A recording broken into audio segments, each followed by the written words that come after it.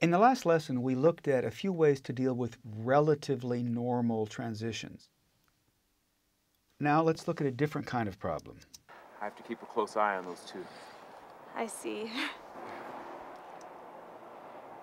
So what's your name? Okay, the problem here is that at the cut, there's this swell. It's clearly a truck or a car going by relatively close. So we get the whoom, and then it's relatively quiet. And by the time you get to here, it's not a whole lot louder than it is here. So first, let's see if we have any sort of a handle here, which I suspect we don't, but let's see. No, we don't. Oh, I see.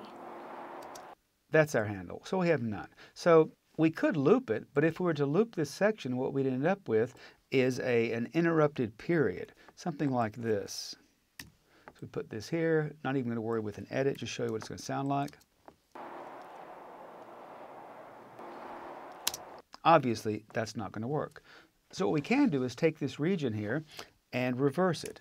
First, we open it up. Whenever you do an audio suite or anything like that that creates a new region, do more than you need, because you can always chop it off, but you can't bring it back. Reverse. Yes. Close. Now, let's see what it sounds like.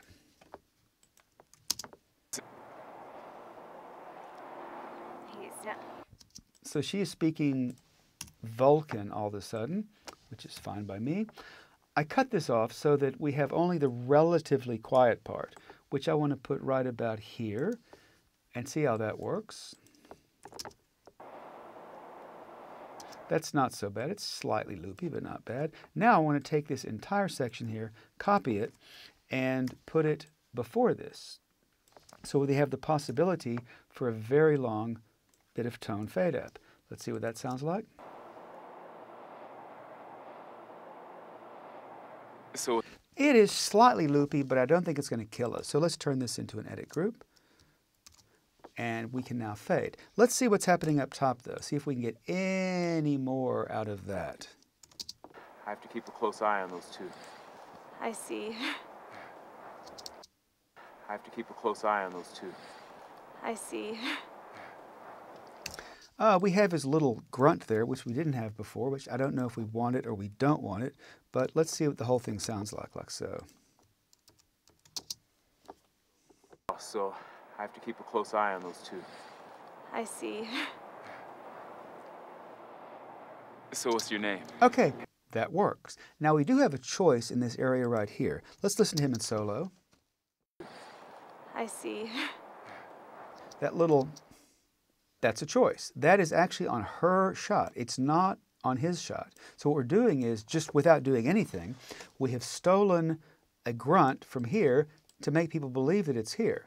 Now, we didn't think this out at all. This is just a gift from the heavens. So we don't know that it's right, and we have to think about what are the implications. Let's first get rid of it to see if it helps or if it hurts. I'm just going to copy some tone real fast. I'm not sure that's good tone, but it doesn't matter because all we're trying to do is figure out, does it work? Okay, let's see how it is now. Eye on those two. I see. So what's your name? Okay, it's a different thing. Because before, it was more of an engaged conversation. She was talking and he was going, yeah, huh, yeah, huh. He was acknowledging her. Now, he's more reserved and he's more held back. And it's more like he's, rather than just following along with what she's saying, he is more waiting to say something. So it's a very subtle difference, but it is a difference. And it's the kind of thing you need to pay attention to as far as what is happening right now. Remember that in every scene and in every shot, somebody is in charge right now. It can change over the course of the scene, as you've seen many times in this scene. But at the moment, if you want to do him like this... I see.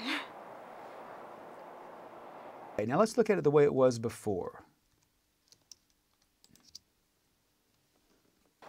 I see. Like I say, it's not a big deal, but it's a deal. And you have to pay attention to these things.